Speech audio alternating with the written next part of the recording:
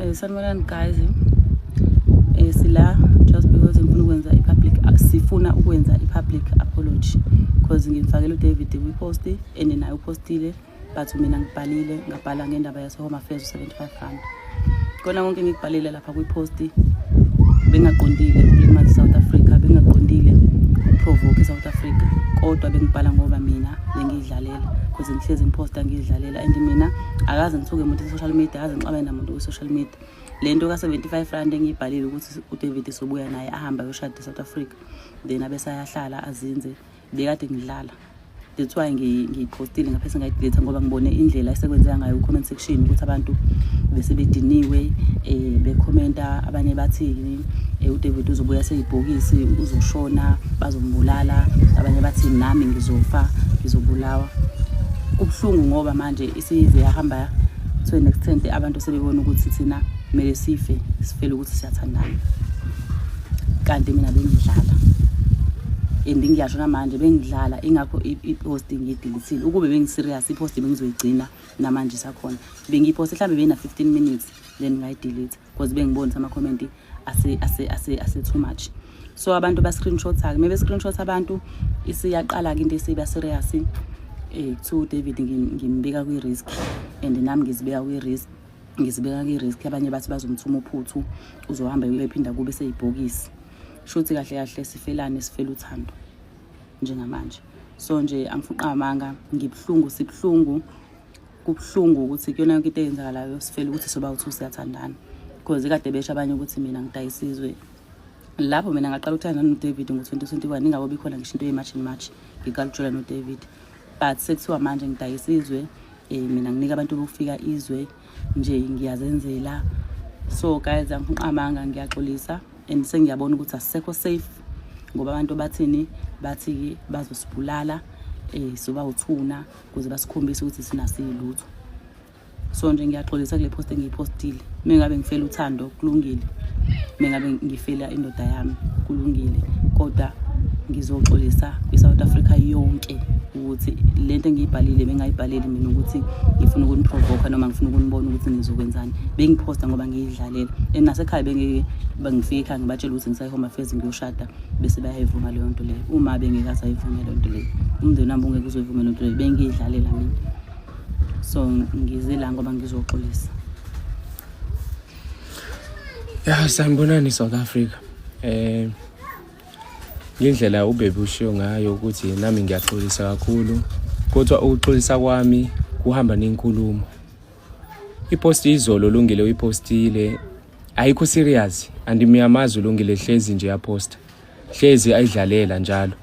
So izolo into yenzekile is like mina bengiyohamba ngirenew i-passport yami ngoba abantu baningi ngaphuma eMzansi bacabanga ukuthi mina ngibaleka umhla ka-30 kuJuni. Ngibaleki mina, ngaphuma nephisi ngisho ukuthi ngiza lana ngiyolungisa izinto zami zibe zihambi kahle. And nokunye kumele nikhumbule ukuthi mina bengijima i-Virgin Active, i-Virgin Active abavumi ukujima khona if awunawo amaphepha. Kodwa abantu isikhathi ngihamba mina abantu bakhuluma kakhulu ukuthi mina angina amaphepha just wangibaleka. Cha, that's not true. Izolo uLungile ukuposta uveza le passport yami ukubavezela ukuthi sekuyalunga ngoba isikhathi ngisengilana abantu bakhuluma ukuthi mina kumele ngize ngapha ngilungise amaphepha and after sengilusile amaphepha ngihambe ngijike ngisemuva. So angiboni kube ukhona inkinga ukuthi ngiveze mina i-passport ukuthi nginami. Ngifuna ukuvezela la abantu bebakhuluma ukuthi mina ngakhibela ingwenya ngiza ngapha ngoba nginayo amaphepha. Cha, mina hlezi ngikibele amabhano injalo Durban to Cape Town, Durban to Johannesburg. So ayikho ibhano zolikibela if awunawo amaphepha. Mina ngisebenzisa i-passport, ngiyayikhokhela i-visa, ngiyakhokha yonke into. If ngibona eSouth Africa ngihlala ngiyazi ukuthi nginayo yonke into, yabo. So into yenzekile izolo biphutha and vele after 15 minutes sabona ukuthi eMzansi ngathi abantu sebayidiniwe bayithathe serious.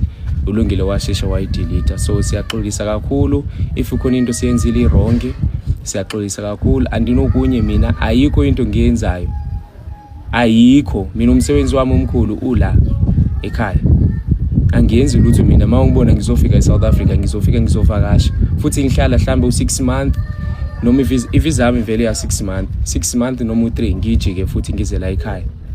Kodwa leyinye ngahamba ngoJuni ngahamba ngayiveza ukuthi ngiyahamba yabo ngoba ulungile ngiyaqala nje ukumshiya yedwa njalo uma ngihamba mele ngibe ukhona umuntu omunye umbhekayo. So nokunye nje kahle guys, if sizofela uthando it's fine.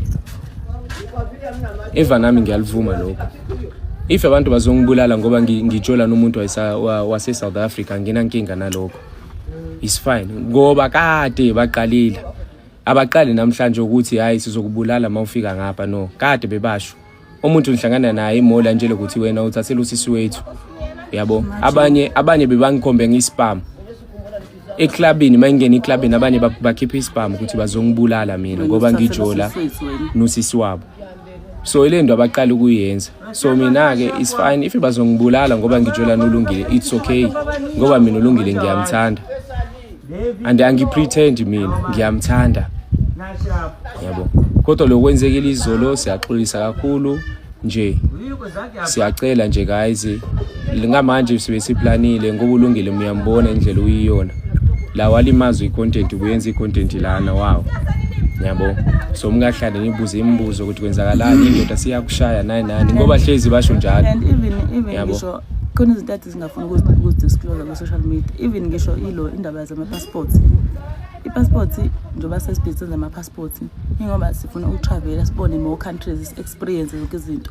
So that's why Izola was so excited ukuthi i-passport za David is right. And futhi bengikhohle ukusho ukunye ukuthi thina before sibuyele eSouth Africa sifuna sidlule Uganda, siye Kenya, siye neRwanda. Yabo, sidlule khona lapho. Ngoba nangalena sinaba abantu basithandayo. Yabo. So ilokho kwenze ukuthi umuntu aveze iPassport. I think indaba ayikho kuiPassport, indaba enkulu ikuyi-caption. Caption le ulungile uyibalile. So guys siyaxolisa kakhulu nje thina sithanda inkinga abantu bayasithuka sishiye indaba zabo sikubeke nomsebenzi siyenzele into yethu without kahle into yethu ayina umsindo. Umuntu mawuzosithuka usitsholo ukuthi isifebe ulungile kade bamtshela vele ukuthi uyisifebe ukuthi udayiswa guys. So mina nje ilokho bayadifuna ukusho ukuxolisa about iHome Affairs. Kulento nje ngibhalile ngixolisa ngokuthi ngibhale indaba ya 75 rand lokuthi uDavid Swamba seyoshada bese ayazinza eSouth Africa. Ngiyaxolisela lokho kodwa engikushoyo noma ngathiwa seniyazama ke ukumbulala noma ukusibulala nisikhombisa ukuthi nina ni powerful kangakanani nisibulale sazi ukuthi senazi ukuthi sixolisile sasho ukuthi ukuthi sofela uthando kulungile vele ngasho ngathi mina ngiyofala kufa khona uDavid naye uyofala kufa khona mina it's fine kulungile shuthi ke isona sikhathi lesokuthi ke sife ke manje ngoba senishilo ukuthi nina nisenisibambela uzungu ukuthi meke mina ngabuya naye ngeze South Africa uzobuya ngebhokisi noma nawe nizofana noba uthini. It's fine. Get it man. Get it. Eva kuseni bengimtshela ubhuti ukuthi khona into seyenzeka manje ngoba le post sipostile izolo. Mina wangibuza ke mina ngizoyenza njani. Mina if ngizofela wena nginankinga. Anginankinga ukuthi uNkulunkulu ukhona. Usibhekile. Usibhekile. Angithi yonke abayilindelele ukuthi bafuna ukubona sit down kanje si shift ifocus ku happiness yethu yonke ebajabulisa njengamanje le. Because mina angikhalizwa ukuthi mhlambe hayi ngiyaxolisa into engibhalile ukuthi kubhlungu ngikhaliswe le ukuthi sifike kanjani kubulalanini. Mbulala kanjani omunye umuntu ngoba indaba yamaphepha vele kwathiwa kudingeka amaphepha unawo vele bekade nawo sonke lesikhathi nabehlezi sihamba seCape Town siyovasha eCape Town egibela ibhanoyi benawo amaphepha but iyabonakala lento ukuthi hayi it's not about amaphepha it's about inzondo asifunwa siyazondwa baseka lokho sesikhulumile sekwanele kuzwakele ngiyaxolisa into engibhalile ngiyazehlisa phambi kwenu abantu base South Africa I hope yonke into izoqhubeka ihambe kahle ne-content yami ngizoqhubeka ngiyiposta kade ngiyiposta sengidlulile siyabonga kulabo abasithandayo asikhombisa uthando ngiyabonga siyabonga kakhulu guys so ngizoba live anytime soon sikhulume nezinye izinto sikhulume nge-content yethu siqhubeke nendlela kade senza ngayo ngiyanithanda kakhulu guys niqhubeke nisupport nathi uqhubeka sinenzele into right siyabonga asekwenza.